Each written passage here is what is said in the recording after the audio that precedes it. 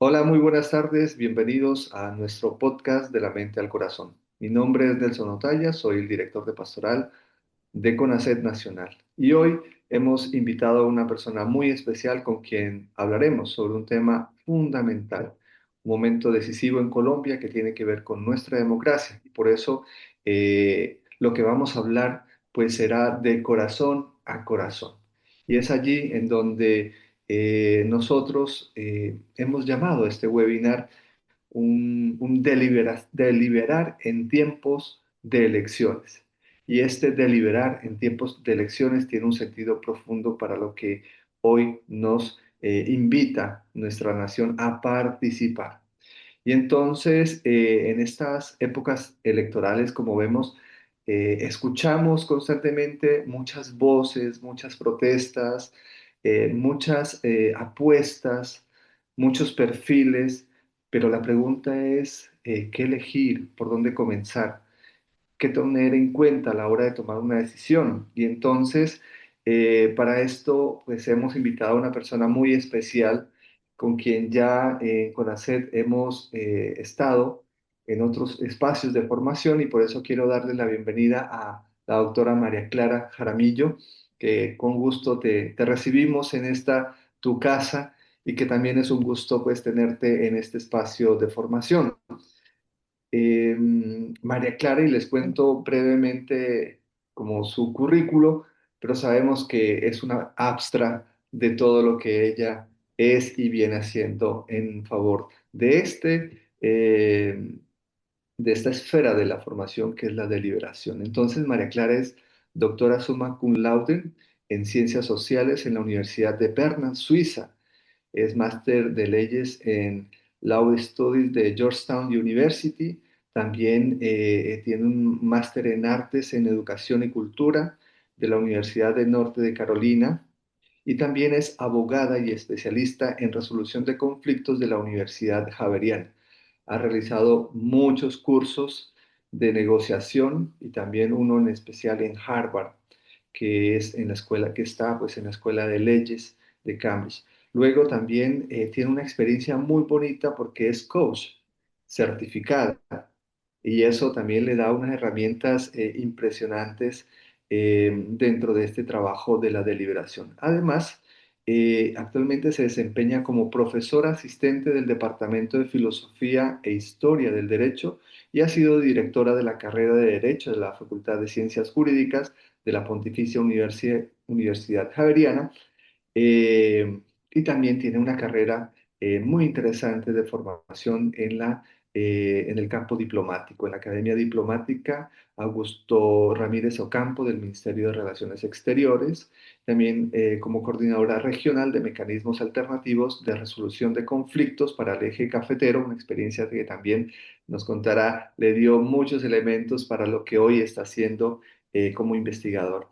Y entonces, bueno, ahí brevemente, María Clara, bienvenida. Es un gusto tenerte, como te decía, aquí en este espacio de la mente al corazón. Nelson, muy buenas tardes a todos. Un saludo muy especial, un agradecimiento muy especial a ti, Nelson, que siempre has estado ahí como en todas estas etapas que además tienen todas que ver con la deliberación. Un gusto y un Totalmente. agradecimiento por esta invitación. Muchas gracias, María Clara. Y como dicen, entrando en materia, entonces ahora conversemos. Eh, Perfecto. yo en este momento creo que como todos los colombianos estamos en un proceso deliberativo, ¿verdad? Algunos quizá ya tienen muy desarrollado esa decisión que políticamente va a implicar un acto simbólico, democrático en el momento de elegir, ¿verdad? Pero entonces eh, viene una pregunta acerca de este término deliberar en tiempos de elecciones y quisiera planteártela para ver cómo vamos desarrollando esta idea. Y es, ¿qué significa entonces deliberar y por qué es esencial para una democracia auténtica? ¿Por qué es esencial para una democracia auténtica ese ejercicio deliberativo? Gracias, gracias, Nelson. Efectivamente, el bagaje teórico que hay detrás de mi tesis doctoral, que es deliberación en sociedades profundamente divididas, momentos de transformación, en donde tratamos de medir el nivel de deliberación en diferentes sociedades profundamente divididas, y valga la redundancia. En el bagaje teórico se desprende de una teoría que se llama el consociacionalismo. El consociacionalismo nace en Europa, nace después de la Segunda Guerra Mundial. Los teóricos de la ciencia política, de las ciencias sociales, se conmovieron profundamente con las violaciones a los derechos humanos que se cometieron en la Segunda Guerra Mundial, y sobre todo las que se cometieron con las minorías. Entonces el foco estaba puesto en la protección de esas minorías. Y ellos empiezan a tratar de entender qué hace que la democracia se debilite en algunos países y en otros no. Una primera explicación vino desde los Estados Unidos, un teórico norteamericano que dice que se necesita la homogeneidad de la población para la estabilidad democrática. Después vienen otros profesores de unas democracias europeas más pequeñas, de Austria, de Suiza, de Holanda, de Bélgica, que son países profundamente divididos y sin embargo tienen estabilidad democrática. Cuando empiezan a mirar con detalle qué pasa en esas pequeñas democracias europeas, donde hay un sistema de pesos y contrapesos que funciona, y donde esas minorías culturales, raciales, religiosas, están protegidas y no sufren una violación de los derechos humanos como la sufrieron en la Segunda Guerra Mundial, se encuentran con que hay ciertos elementos de diseño institucional que ayudan. El tema de la proporcionalidad, el poder del veto, las grandes coaliciones, todas estas cosas son importantísimas, pero se dan cuenta también que, no, que eso es necesario, pero no es suficiente. Hay un elemento cultural que es fundamental, que es el espíritu de acomodación. ¿Qué tanto yo puedo vivir con ese otro distinto? ¿Qué me lleva a mí a vivir con ese otro distinto? Y a raíz del desmembramiento de la antigua Checoslovaquia en dos repúblicas, en la República Checa y en Eslovaquia, empiezan a preguntarse, bueno, pero si el diseño institucional estaba perfecto, ¿qué fue lo que pasó aquí?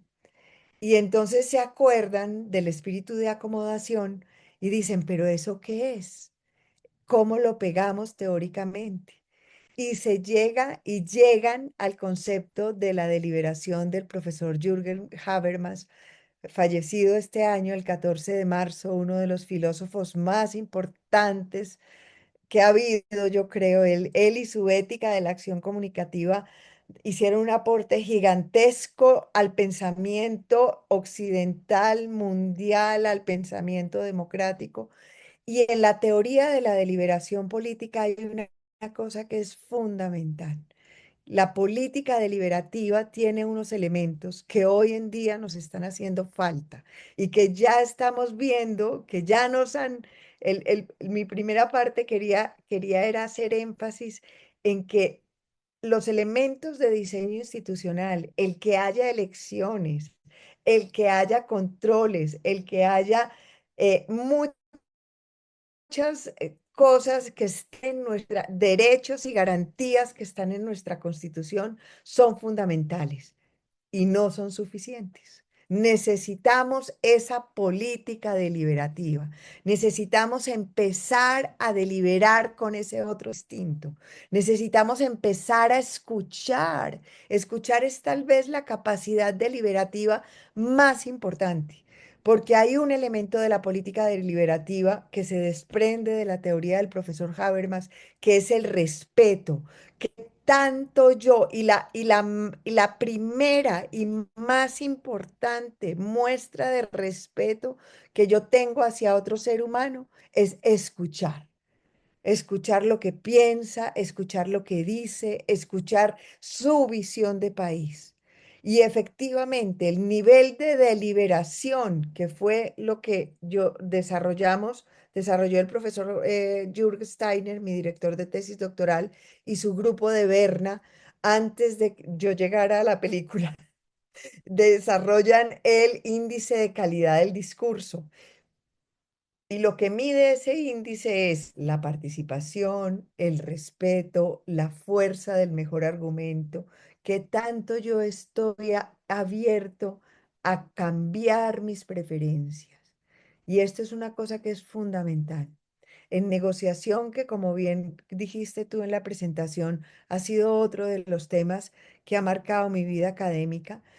La negociación se desprende de la teoría de la escogencia racional y en la teoría de la escogencia racional, a diferencia de la teoría de la deliberación, en la teoría de la escogencia racional se supone que los seres que se suponen racionales y se entiende por racional que buscan siempre la maximización de sus utilidades, que estos seres racionales entran a un proceso de negociación con sus preferencias determinadas. No. En la deliberación, esto es fundamental y es de la esencia de la deliberación. En la deliberación yo entro sin ninguna preferencia o entro abierto a revisar mis preferencias. O sea, yo me acuerdo de mi profesor Steiner que me decía, María Clara, en deliberación la palabra ambigüedad no es mala. La palabra ambigüedad y la ambivalencia es válida, es bienvenida. ¿Por qué? Porque yo estoy dispuesto a ir construyendo con el otro. Estamos en un proceso deliberativo. Entonces, independientemente de que el acto de votar sea un acto secreto, o sea un acto individual, en donde yo muestro mis preferencias, la deliberación es fundamental para ver yo cómo, cómo estoy formando esa preferencia. ¿Por qué me estoy decidiendo por A y no por B? Muchas veces no abrimos esas preferencias a discusión y ahí sí podemos decir que es una negociación con uno mismo, de ir mirando, de ir oyendo, además de la invitación en estos momentos, y es la que yo les hago a mis estudiantes, esta es nuestra voz en una democracia. Nuestro voto es nuestra voz. Entonces, por favor, asumámoslo con el mayor compromiso. Estamos construyendo país al tomarnos con toda la seriedad este proceso de escoger cuál de los candidatos me representa más. Eso es otra cosa. Muchas veces se dice, ah, no, pero es que nosotros somos una democracia representativa, entonces allá los representantes, los congresistas, allá verán ellos qué hacen. No, nosotros también, todo en una democracia está entrelazado. Nosotros tenemos que empoderarnos y saber que nosotros tenemos que convertirnos también en actores deliberativos que controlan a nuestros representantes y que controlan también que también están deliberando esos representantes. El índice de calidad del discurso lo que hace es medir qué tan bien estoy yo deliberando contigo, Nelson. Y una cosa fundamental, como ya la dijimos, es la escucha. Es ver, esto se mide haciendo una desgrabación de las conversaciones, esto en los sistemas donde hay congreso, donde hay una transcripción de las sesiones plenarias o de las sesiones de los comités, es muy fácil conseguirlo. Tú coges la transcripción y empiezas a observar y a medir, asignar unos valores a qué tanto yo estoy construyendo sobre lo que tú dices. Porque lo que hemos visto tristemente en nuestro Congreso es que muchas veces son una serie de monólogos. O sea, se para un congresista y habla, y después se para el otro y habla, y hablan de cosas completamente distintas. El primer elemento es que tanto yo estoy escuchando al otro, que tanto yo en mis palabras estoy realmente tratando de entender lo que el otro dice. Muy valioso esto con lo que cierras, María Clara, porque precisamente es el escuchar el arte también desde esa dimensión de lo ético, ¿verdad? Del reconocimiento Ujú. del otro para lograr entenderlo y luego sí comprender su lenguaje y preguntar también desde esa curiosidad, como dice, esa curiosidad paradójica, ¿no? O sea, ¿qué hay en el otro que interpela en ¿Qué mí, dice pero al mismo Ledra? tiempo Sí. me lleva pues a acogerlo, ¿no? Con su diferencia y con su también similitud a lo que yo esté pensando en ese encuentro. Entonces nos preguntamos desde esa perspectiva, María Clara, ¿cómo podemos escuchar y dialogar con respeto en medio de la polarización política? Miren, escuchar definitivamente el profesor William Ury, uno de los fundadores del programa de negociación de Harvard, tiene un TED Talk en esta plataforma que tienen charlas muy cortas y muy profundas y maravillosas. Él dice que el poder de la escucha, se llama el TED, y él dice que aprender a escuchar es tan importante como aprender a leer, porque finalmente aprender a escuchar es aprender a leer al otro. Yo creo que lo más importante, Nelson, yo creo que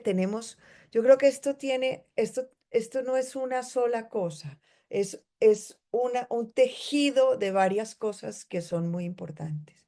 El primero que yo me he dado cuenta a lo largo en la maestría en educación, por ejemplo, que mi tesis de maestría fue una mirada a mi papel como docente occidental en un contexto multicultural y el marco teórico con el cual yo observé esa experiencia. Yo fui docente varios años en Bolivia en una maestría en educación intercultural bilingüe con maestros indígenas de los 5 países andinos. Y uno de los hallazgos, uno de los postulados de la teoría que yo utilicé como marco teórico que se llama modernidad colonialidad, donde tenemos un profesor colombiano muy reconocido internacionalmente que se llama Arturo Escobar. Esa teoría tiene un postulado que dice que la epistemología occidental es una epistemología dual. Yo soy abogada y cuando llegué a una facultad que es una ciencia, pues que nos hemos comido el cuento, digo yo, de que somos una ciencia prescriptiva, que vivimos como en otro nivel porque vivimos en la norma y a veces no tenemos herramientas las que dan las ciencias descriptivas para entender el mundo que nos rodea.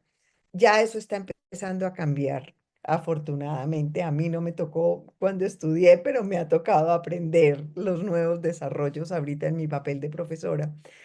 Pero uno de yo decía, bueno, ¿y yo cómo me apropio de la palabra epistemología? ¿Qué quiere decir epistemología? Para entender un poco ese postulado de modernidad colonialidad, de que la epistemología occidental es una epistemología dual. Pues la forma como yo me apropié del término epistemología es cómo me formatean este disco duro para que la información que va a entrar a través de los sentidos, del tacto, de la vista, del oído, que va a entrar aquí, cómo se aprehende y se produce el fenómeno del conocer. Pues así fue como yo me apropié de ese concepto. Y obviamente en ese año yo encontré muchos dualismos en la teoría de la negociación. El dualismo teoría práctica, el dualismo razón-emoción, el dualismo ciencia y arte. Y miren que cuando uno separa, porque hay dos, uno instintivamente prioriza, le da más importancia a uno que al otro. Entonces, normalmente le damos más importancia a la teoría que a la práctica. Le damos más importancia a la ciencia que al arte. Y le damos más importancia a la razón que a la emoción. Yo encontré en ese momento, me dieron una muy buena calificación porque les pareció eso como muy interesante, pero no fue sino 4 años después, cuando nació, cuando mi hijo menor, que nació en ese mismo año en que yo me gradué de la maestría, cuando entró al colegio.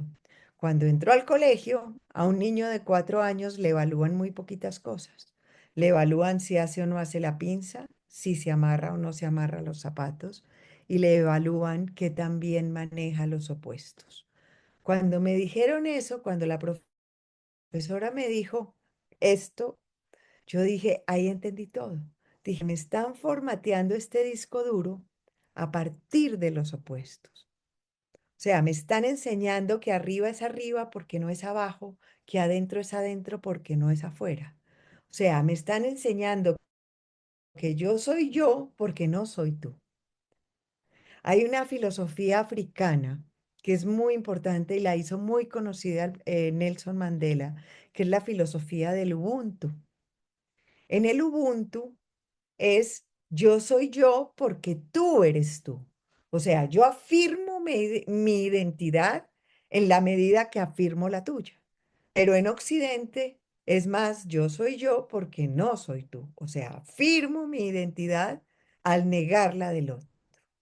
Entonces, por eso yo siempre empiezo mis formaciones haciendo un ejercicio que es muy divertido, se ríen, porque yo también digo que la letra con risas entra. Hay un ejercicio muy divertido donde ellos son conscientes de que solo ganan lo máximo cuando el otro gana lo máximo. Entonces, como les digo yo a mis estudiantes, bueno, niños, entonces de ahora en adelante se van a preocupar porque el otro gane. Y me dicen, pues sí, profe, toca. Y toca porque mi ganancia viene con la ganancia del otro.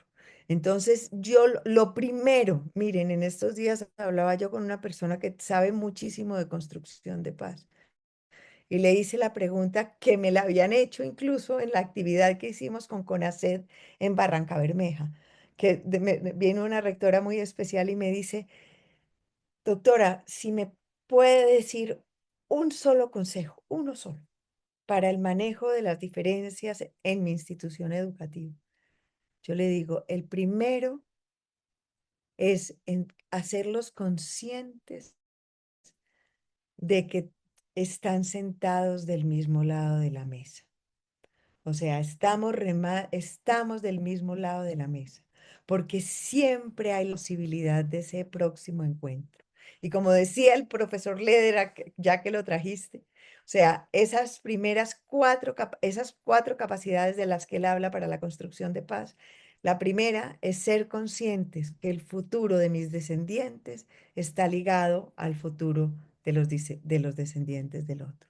Entonces, cuando yo empiezo a pensar, que es que el otro no puede desaparecer de la película, que es que el otro también tiene algunas necesidades que es importante satisfacer, que si no las satisface él, tampoco las puedo satisfacer yo. Entonces yo empiezo a cambiar.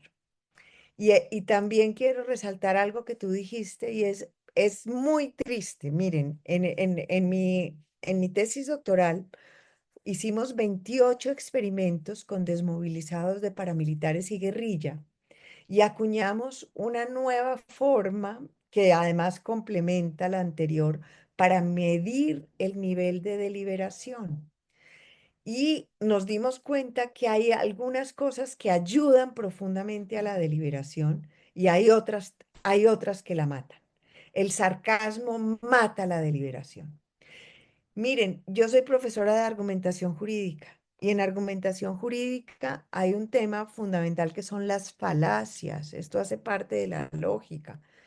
Y las falacias las vemos, miren, no es sino prender el televisor y escuchar a alguno de los candidatos para uno ver lo que es la falacia ad hominem, pero absolutamente explicada e ilustrada. No hacen más que atacar a la persona. No se puede, eso mata la deliberación, mata la deliberación. Pero necesitamos, los dirigentes políticos tienen unos intereses claros, quieren ganar. Pero yo creería que es muy importante empezar un movimiento ciudadano que sepa de deliberación para que pueda ejercer un control sobre esos gobernantes. Si una persona sabe de deliberación y sabe que así no es, pues le va a decir a su candidato, mire, señor, no quiero escucharlo así. Por favor, respéteme. Yo no necesito saber si el señor otro es feo, gordo, lo que sea. Es que los ataques que se hacen son espantosos.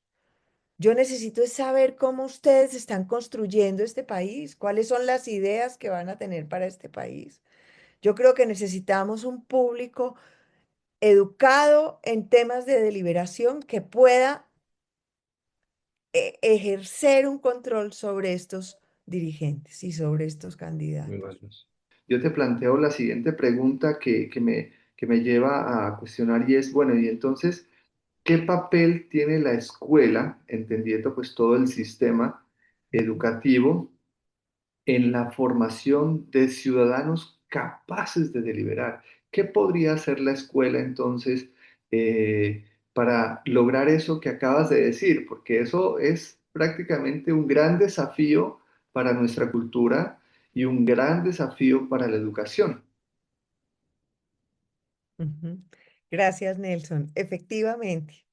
Y me conmueve profundamente esa pregunta porque me conecta con mi director de tesis doctoral. Cuando yo fui yo obviamente para el profesor Habermas, la deliberación era muy racional. Y con estos grupos de desmovilizados, a veces no había argumentos muy lógicamente construidos. Había historias de vida, había humor, había emociones, había una cantidad de cosas como que no las podía yo ver reflejadas en el índice. Y por eso nos alejamos un poquito del índice y creamos los momentos de transformación, o sea, que hace que liberación suba o baje de nivel. Cuando yo terminé mi tesis doctoral, otra profesora de la Universidad de Bolonia en Italia llevó esa metodología para medir el nivel de deliberación, lo llevó a Bosnia-Herzegovina, en la ciudad de Srebrenica, donde habían sido las peores masacres de bosnios. Y otra profesora brasilera lo llevó a Brasil, a la ciudad de Belo Horizonte, en Minas Gerais, eh, entre pandillas juveniles y policía. La policía, que ustedes saben que también hay profundas divisiones. Miren, la hipótesis nula de la que partimos, o sea, empezamos el trabajo de investigación convencidos de que que con esa historia de violencia entre estos segmentos que iban a deliberar, no iba a haber deliberación. O sea, empezamos con el ejercicio casi que para probar esa hipótesis nula con la que partimos. Y miren, este es un voto de esperanza. Hubo deliberación, hubo, y la gente, miren, cuando uno abre el espacio para que la gente se encuentre, la gente se encuentra, incluso después de haber sufrido como han sufrido. Entonces, al terminar ese libro, esas tres experiencias, Colombia, Bosnia-Herzegovina y Brasil, salieron publicadas en un libro por Cambridge University Press. Cuando salió ese libro, dijo el profesor Steiner, pues lo que nos sigue es cómo llevamos esto, cómo lo traducimos en materiales pedagógicos para llevarlo a los colegios. Porque dijo, si la gente se encuentra después de haber sufrido tanto, incluso cuando no creíamos que se iban a encontrar, ¿cómo será si les damos capacidades para que realmente ese encuentro pueda ser mucho más fructífero? Entonces, en Brasil se hizo el primer experimento de formación de capacidades deliberativas en los colegios para estudiantes de octavo y noveno grado. Después en Colombia, yo acababa de entrar a ser profesora de planta en la Javeriana Y aunque yo soy abogada javeriana, nunca había tenido un contacto muy cercano con la espiritualidad ignaciana. Cuando hice un programa Cardoner, que es como conocer uno todos estos componentes maravillosos de la espiritualidad ignaciana, yo incluso te busqué a ti, Nelson, y te comenté, porque yo dije, es que yo veo mucho del discernimiento ignaciano en la deliberación. Y efectivamente lo llevamos a dos colegios de la Compañía de Jesús, uno administrado por Fe y Alegría, o sea, un colegio en concesión, y un colegio y el Santa Luisa, con muy buenos resultados. Después, el CINEP, una obra también de la Compañía de Jesús, me invitaron a acompañarlos en un proyecto en Puerto Carreño con niños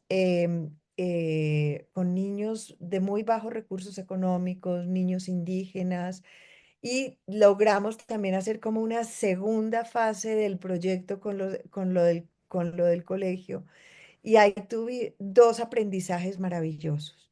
Es muy importante involucrar a la totalidad de la comunidad educativa. O sea, es muy importante en el Santa Luisa y en el Soacha para vivir mejor. Habíamos trabajado solo con estudiantes. Muy importante involucrar también a los profesores, muy importante involucrar a los padres de familia y trabajar en conjunto. En Puerto Carreño también hubo una aporte importantísimo que fue un conuco. El conuco es una huerta comunitaria y eso viene en la tradición de los indígenas, sobre todo de los sicuani. Y eso me parecería fundamental también de tratar de que realmente deliberen sobre algo que existe y que es de todos. O sea, eso podría ser un aprendizaje para traducirlo en otro tipo de proyecto, como enriquecer ese proyecto original. Pero efectivamente, Nelson, lo que dices tú, la escuela tiene un papel primordial, pero primordial, y lo dicen los teóricos de la deliberación, sobre todo los de la Universidad de Canberra, que dicen, donde hay otra gran escuela de deliberación, dicen es que la escuela es el espacio donde el niño empieza a dar significado a todo eso que está afuera en la sociedad. Entonces es fundamental, es un espacio de mediación. Con eso vamos cerrando pues nuestro podcast y yo creo que es constante uno que esa deliberación pues es una capacidad fundamental para la vida democrática y el compromiso y la gran responsabilidad con lo que tú dices pues es más que evidente. Luego que también esto implica una formación emocional. Y ahora que hablamos mucho de lo socioemocional, ¿por qué? Porque las emociones van acompañando ese ejercicio deliberativo tal como tú lo lograste investigar, ¿no? Y eso es algo profundo porque es algo Ujú. que de la teoría y la práctica combina y eso pues le da un valor impresionante. El espacio de la escuela como el espacio del diálogo y la construcción colectiva y deliberativa. Eso le da un poder y otro significado a la escuela que nos invita pues a crear esos ambientes seguros y sobre todo de cara a este momento. Cerrando, María Clara, ¿cuál sería tu consejo para las personas que nos van a escuchar y que van a ejercer ese ejercicio deliberativo, este momento que el país nos necesita para elegir a un candidato que nos represente? Bueno, primero, Nelson, ya y recogiendo un poco de lo que tú me dijiste, de la parte emocional, que también se nos quedó un poco ahí como entre el tintero. La parte emocional es fundamental. Somos seres emocionales y fuimos primeros seres emocionales en la evolución humana que seres racionales. La razón vino después. Y realmente es muy importante reconocernos. Las emociones no hay ninguna forma distinta de manejarlas que reconocerlas. Y las elecciones mueven muchas emociones, porque además los comunicadores políticos lo saben. Entonces eso es lo que hacen, mover las emociones de la gente. Y lo primero cuando hay una carga emocional muy grande, yo pierdo y me enfoco solo en lo que me interesa. O sea, esto tiene una razón fisiológica también. Pero entonces es traer esa emoción al nivel consciente. A mí hay, por ejemplo, obviamente, somos seres humanos, tenemos un candidato de nuestra preferencia, entonces los otros los dejamos de lado y casi que si los vemos en televisión apagamos o cambiamos de canal.